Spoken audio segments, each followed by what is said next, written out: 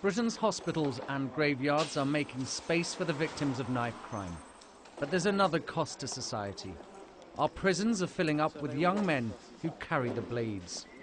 I've been given rare permission to speak to 3 prisoners who are serving time at Aylesbury Young Offender Institute. Aaron is 20 years old. He's inside for 5 years for stabbing a passerby during a robbery. Javon is 21. He'll be behind bars for 7 years for using a knife. Gavin is 21.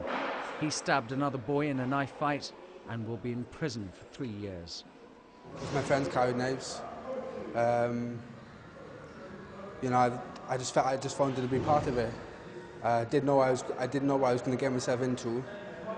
I certainly didn't know that when I was getting involved in knives and I was carrying knives that I would end up in prison. This is where you're going to end up in your life if you carry a knife. And you don't have to do anything with it. You get caught with that knife, you will end up in prison. And you are on your own. You are on your own. You think that they're your friends, but they're not. They're absolutely not. And unfortunately, it's took me a prison sentence to figure that one out. And I guess that's the harsh reality of life sometimes. You know, I've learned from that, and hopefully when I get out of prison, you know, I want to show other young people, you know, that it's not all right to carry a knife. It is not all right. You know, if your friends are doing it, let them do it.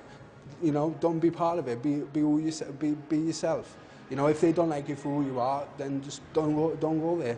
Just don't go down that road, because you will end up where I am, serving a very long sentence.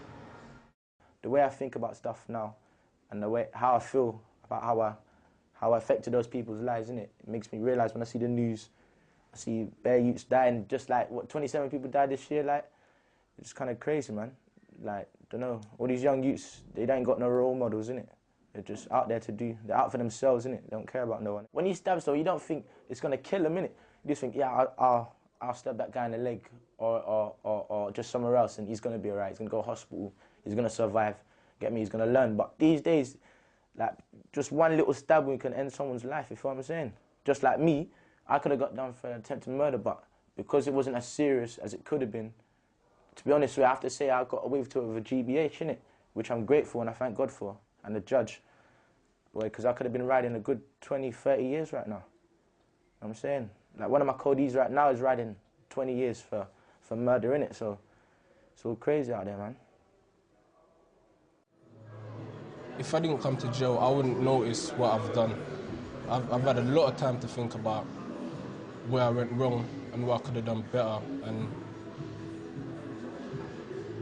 it's nothing but regrets, man.